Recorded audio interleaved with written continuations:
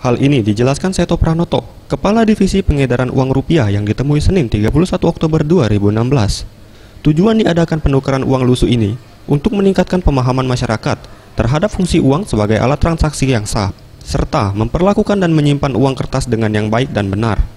Selain itu juga gerakan ini sebagai bagian dari sosialisasi kebijakan Clean Money Policy.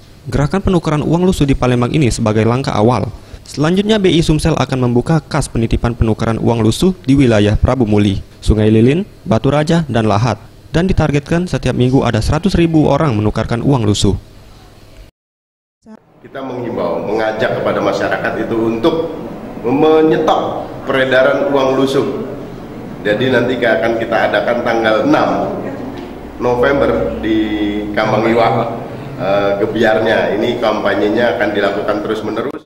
Gerakan penukaran uang lusuh BI Sumsel akan dilaksanakan pada Minggu 6 November 2016 di Kambang Iwak, Palembang. BI akan menyiapkan pos-pos penukaran uang mulai dari pecahan Rp1.000 sampai dengan Rp20.000.